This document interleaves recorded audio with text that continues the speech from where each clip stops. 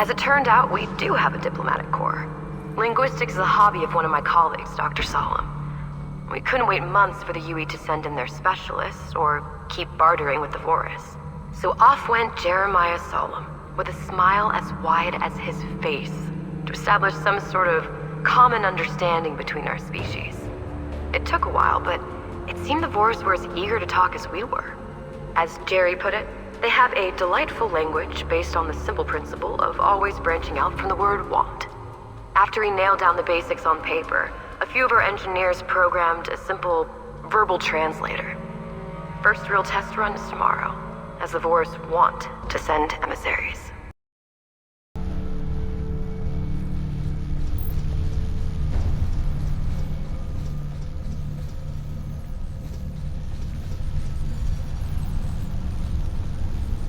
Found bonus.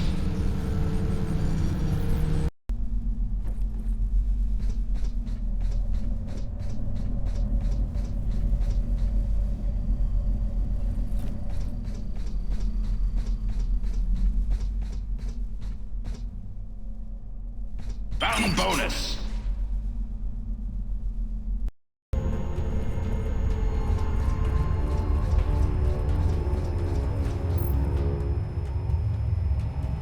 Something fantastic happened today.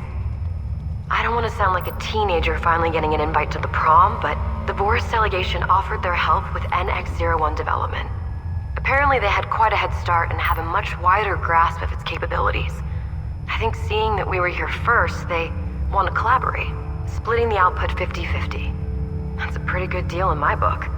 Don't get me wrong, I'd love to get the Nobel Prize for advances in nanoscience, but let's be realistic. Earth needs this sooner rather than later. Right, the Vorus gave us one condition. The tech must be used solely for industrial development and not warfare. They couldn't, or wouldn't, explain why this was so important to them. We're waiting for an answer from UE Council. Let's hope this doesn't flop.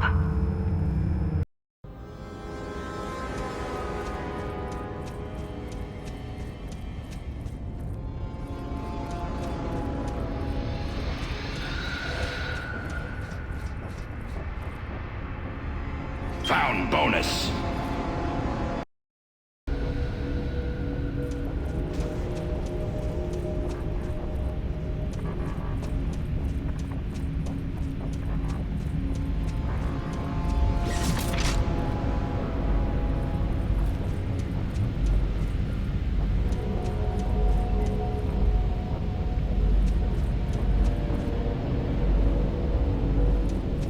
You should be able to reach the upper level platform with your zipline. Good news. We received a green light from home.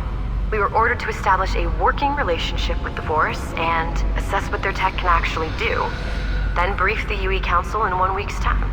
An official representative will be sent from Earth to formally sign an agreement with them, provided they deliver, of course. And speaking of representation, the aliens send one of their own. Her name is Karka, and it is a she, nearly half the size of a male Vorus warrior, but makes it up with the huge headdress and robes a 15th century Chinese emperor wouldn't say no to. Oh, and get this. She's the High Engineer, supposed to help integrate their tech into ours. Go figure.